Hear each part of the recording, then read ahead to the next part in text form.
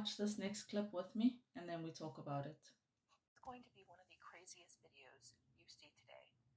This witness received an inheritance from his grandmother, and as he's going through the box, it becomes unbelievable and even more unbelievable. So many questions arise. Either his grandmother was a witch, or he's from a family of hunters. Take a look at this video and tell me what you think. My grandma was from Ireland, and this is the box she left me. Stuff you get left by your grandma.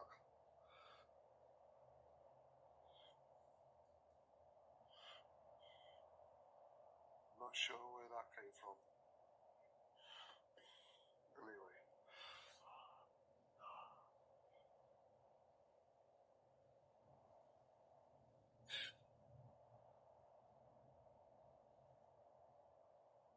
But mummified leprechaun.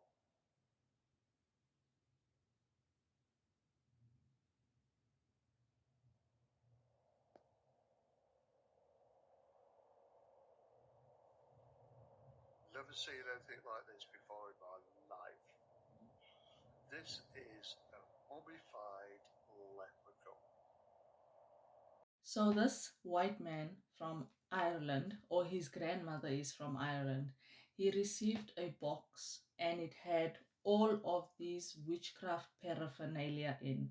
It had the head of some animal, it had a mummified leprechaun, and if you go back to 56 seconds on this video, you will hear just as he's about to open that box, that thing inside the box says no stop in a whisper. So go back on this video to 56 seconds. You will hear that thing speaking and it says no stop. This video confirms what I've been saying all along. Witchcraft happens in every culture, every society, every level of society. It just depends what they do.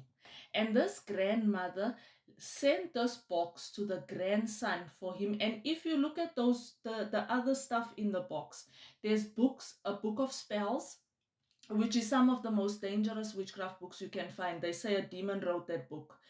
There are witchcraft books in there, and there's calabashes, your clay pots. Is this not the same things that they use in African witchcraft, in African spirituality?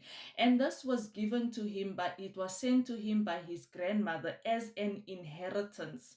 So if this is being done in Ireland and it's exactly the same paraphernalia, why is it so hard for people to believe that demonic covenants in the bloodline is passed from one generation to the next? Because those leprechauns, and whether they call it a togoloshi, whether you call it a leprechaun, whether you call it a banshee, whether you call it a gnome, whether you call it whatever you want to call it in that culture, those little short men, they are the soldiers that go do the work. And there is a demon behind that thing that controls the family bloodline. So this guy from Ireland, his grandmother sent him this thing because he was chosen to continue the work of the witches. It's the same thing. In Africa, they do it with togoloshis, or many times they do it with snakes. I'm making this video literally 5 minutes after a deliverance session where this lady manifested a snake from her bloodline. And what came out while we were having our conversation, her father used to sleep with prostitutes, poverty in the house, rats, mice infestation, no money, no progress, narcissism, a Jezebel spirit, abuse. All these things came out, and there was a snake there in the generations, in the bloodlines.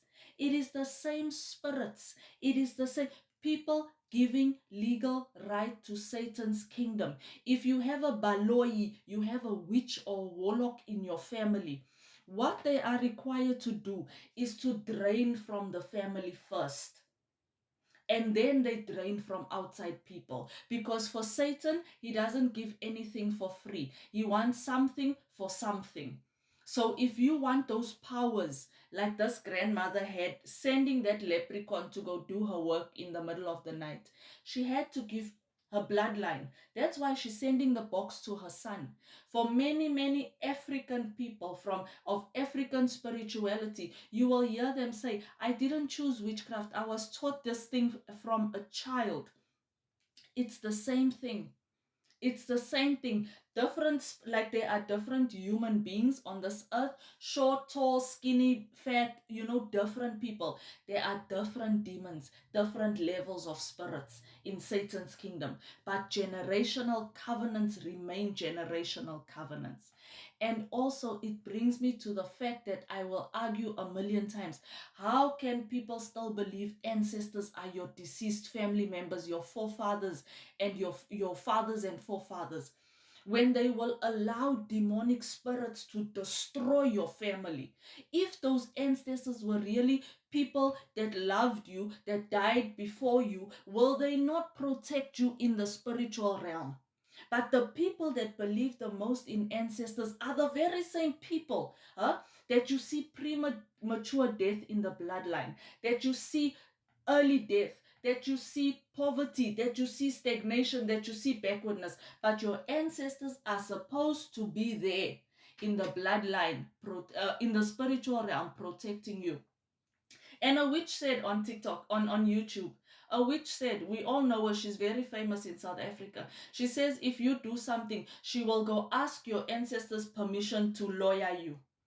So how are your ancestors working against you, but they are your loved ones? They're giving permission to outside people to come and hurt you.